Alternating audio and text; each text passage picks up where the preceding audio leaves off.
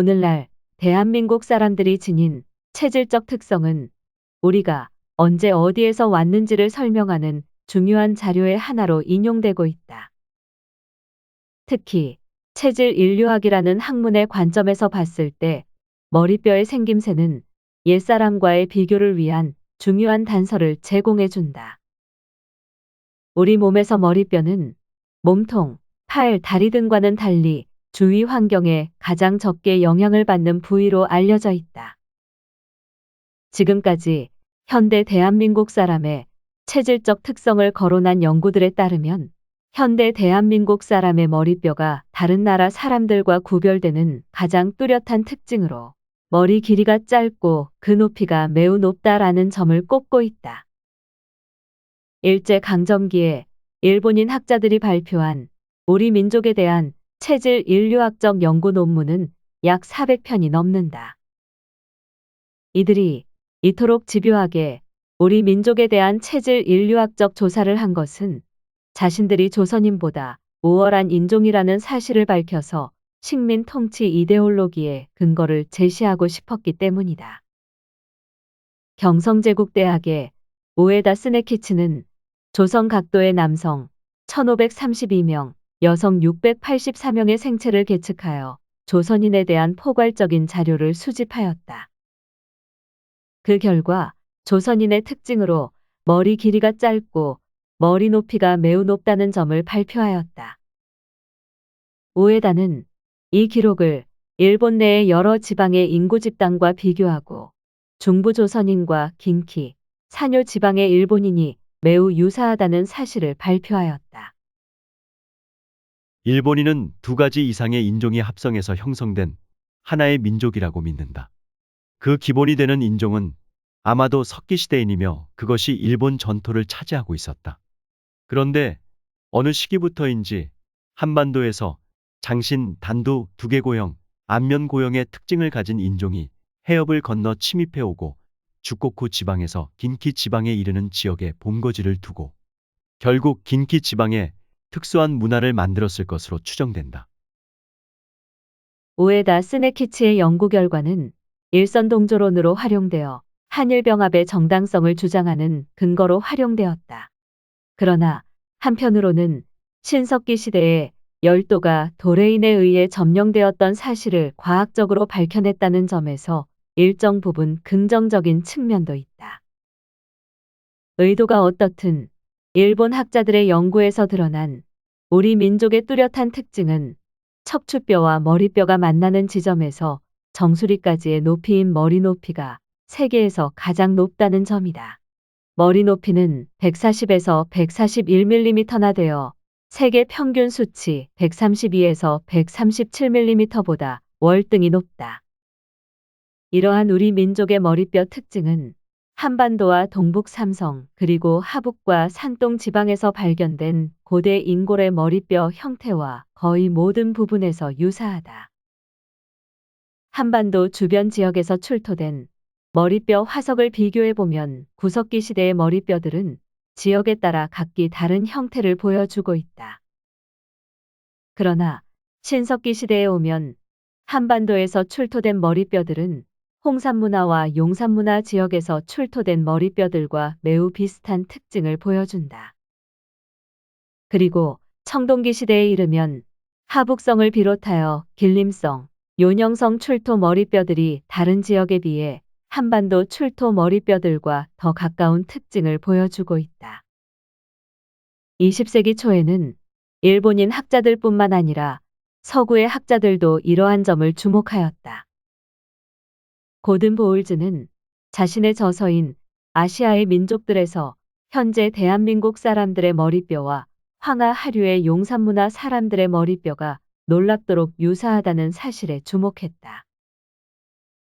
한국의 선사시대 골격 유적은 드물기도 하고 큰 도움이 되지 못하지만 현재의 한국인과 중국 북부의 옛 중국인 및 만주족 사이의 밀접한 유사성은 매우 놀라운 일이다.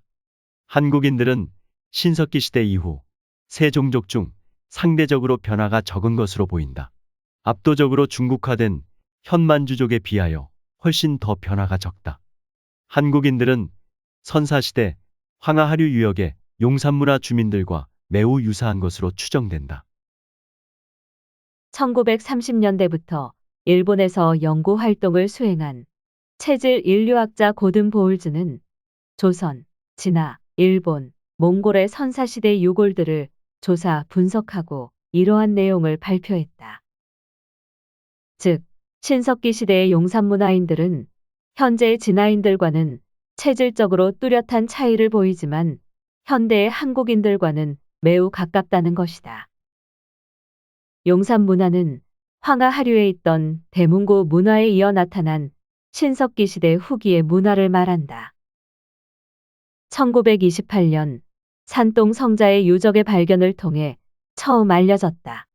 문화의 주요 분포 범위는 산동성 전체 지역을 중심으로 서쪽으로는 하남성 동부 지역이고 남쪽으로는 회화 유역의 강소성, 안희성 북부까지 연결된다. 신석기 시대에 한반도에서 출토된 머리뼈는 화부, 특히 산동 용산문화 담당자들과 매우 비슷한 특징을 지니고 있다. 황하 지류인 위하 유역의 앙소문화인들은 홍산문화인, 용산문화인들과는 달리 중두형에 속하며 이마도 곧지 않고 젖혀졌고 머리뼈가 높을 뿐만 아니라 얼굴뼈도 높다. 결론적으로 앙소문화인들은 용산문화인들과 다른 종족이라는 것이다. 2001년 가톨릭대학교 해부학과 박대균 교수 등이 한국인 머리뼈의 비계측적 특징이라는 제목의 논문을 발표하였다. 지금까지 주로 연구되었던 머리뼈의 거리를 측정하는 계측적 방법이 아니라 머리뼈의 봉합부와 구멍들의 형태와 발생 빈도를 조사하는 비계측적 방법을 사용하였다. 연구자들은 현대 한국인의 머리뼈 196사례를 대상으로 39가지 항목의 비계측 특징을 조사하고 동아시아 18개 인구 집단과 비교한 결과를 발표했다. 결과는 놀라웠다. 지리적으로 가까운 진화나 일본보다 카자흐스탄과 몽골, 부리아트 공화국 사람들의 MMD 값이 더 적게 나와 우리 민족과 더 가까운 유전적 친밀도를 나타낸 것이다. 한반도에 지정학적으로 가까운 중국이나 일본보다 중앙아시아의 카자흐, 몽골, 부리아 사람들이 MMD 값이 적게 나와 상대적으로 우리와 더 가까운 친밀도를 나타냈다. 특히 카자흐 민족과의 MMD 값은 0.0178로 한국인과 가장 가깝게 나타났다. 카자흐족은 카자흐스탄과 몽골 서부에 살고 있는 민족이다. 연구진은 머리뼈의 봉합성과 구멍의 일치도를 분석한 결과 카자흐족 견본의 75%에서 한국인과 유사한 머리뼈 연결부와 구멍을 발견했다. 한국인과 머리뼈 구조가 가장 닮은 종족은 카자흐족이었다. 연구에서 우리와 가장 닮은 종족으로 확인된 카자흐, 몽골 부리아트는 단군조선의 문양인 아사달 문양을 지금도 사용하고 있다. 산동 대문구 문화 유적지에서 발굴된 팽이형 토기에 새겨진 아사달 문양이 바로 그것이다. 순서와 모양만 조금 바뀌었을 뿐 아사달 문양과 유사한 점을 쉽게 찾을 수 있다. 해와 새를 숭배하는 이들 종족이 우리 민족의 머리뼈 구조와 가장 닮았다는 사실은 시사하는 바가 매우 크다. 이들 종족과 우리 민족의 연관성에 대한 연구가 절실한 이유이다. 연구 결과에 따르면 현대 한국인의 머리뼈 특징이 요령, 길림, 산동, 하북, 강소 지역에서 발견된 고대인의 머리뼈 형태와 거의 모든 부분에서 일치한다. 이 지역은 고대 동이족의 거주지였다. 이미 문헌 사료를 통해 드러난 것 외에 체질학적으로 보았을 때도 우리 민족이 곧 동이의 후예임이 입증된 것이다. 이에 더하여 중앙아시아의 여러 민족과 우리 민족의 연계성에 대한 연구가 종합적으로 이루어져야 할 것이다.